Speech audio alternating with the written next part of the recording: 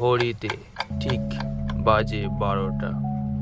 বিদ্যুৎ চলে গেছে, পুরো বাড়ি অন্ধকার। অভি মোবাইলের টর্চ জ্বালিয়ে বিছানায় বসে আছে।